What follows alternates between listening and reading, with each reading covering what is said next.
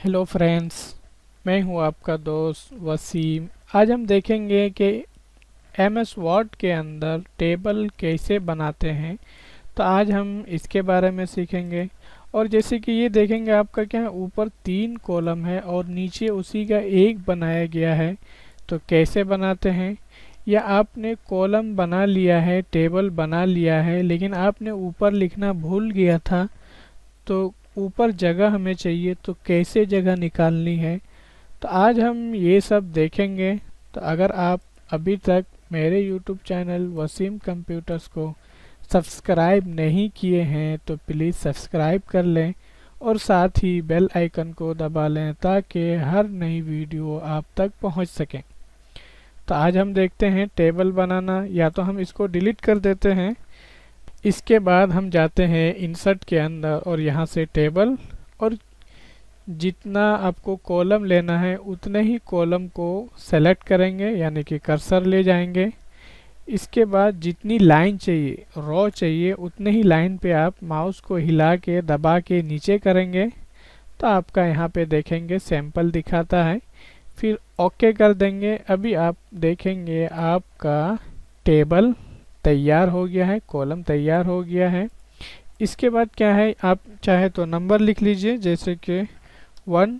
अब अगले वाले खाने में जाने के लिए, नेक्स्ट वाले कॉलम में जाने के लिए कीबोर्ड से टैब बटन दबाएंगे तो आप जा सकते हैं।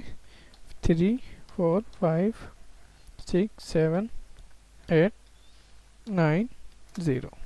अब हम इन सब को सेलेक्ट कर लेंगे। इसके बाद होम के अंदर जाएंगे और यहाँ से बोल्ड कर लेते हैं, और इसके बाद फॉन्ट साइज बड़ा, और यहाँ से सेंटर कर लेते हैं। इसके बाद कोई कलर भी ले सकते हैं, आपकी मर्ज़ी है। अब यहाँ पे क्या है, सबसे पहले देखेंगे कि आपका 4 कॉलम है, लेकिन ये ज़ीरो वाला जो है आप एक करना चाहते हैं। ये जो ज़ीरो है, लेकिन यह 2 कॉलम खाली है, तो इन सब को सेलेक्ट कर लेंगे। जैसे कि अभी हमने 3 कॉलम को सेलेक्ट किया है, राइट क्लिक करेंगे और यहाँ से मार्ज सेल क्लिक कर देंगे। अभी आपका देखेंगे 1 हो गया है, पहले 3 था। ऐसे ही आपको क्या है, ऊपर लिखना भूल गए, जैसे कि अभी हमें ऊपर लिखना है, कोई हेडिंग डालनी है या कुछ आपको लिखना था तो आप भूल गए, तो आप क्या करेंगे, आप जैसे ही टेबल लेते हैं उसके बाद आपका 2 ऑप्शंस आता है, व्यू के बाद डिज़ाइन और लेआउट। तो हम लेआउट के अंदर जाएंगे और यहाँ पे देखेंगे क्या है, स्प्लिट टेबल, आप इस पे क्लिक कर देंगे। तो अभी आप यहाँ पे देखेंगे, आप लिख सकते हैं जो आपको लिखना है।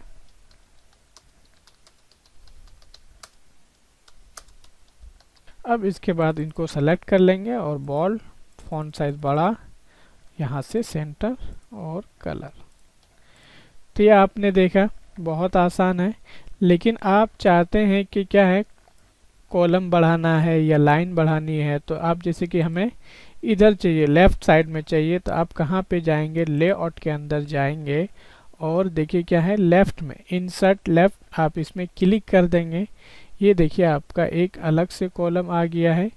लेकिन आप चाहते हैं क्या हो, रो हो और लेकिन ऊपर हो, तो आप यहाँ से, आपका कर्सर रहना चाहिए ऊपर वाली लाइन में। फिर क्या है, यहाँ पे देखेंगे इंसर्ट बिलो या इंसर्ट अबव, तो आप अबव पे क्लिक करेंगे। यहाँ पे देखेंगे आपका लाइन, मतलब कि पूरा एक लाइन बन के तैयार हो गया है।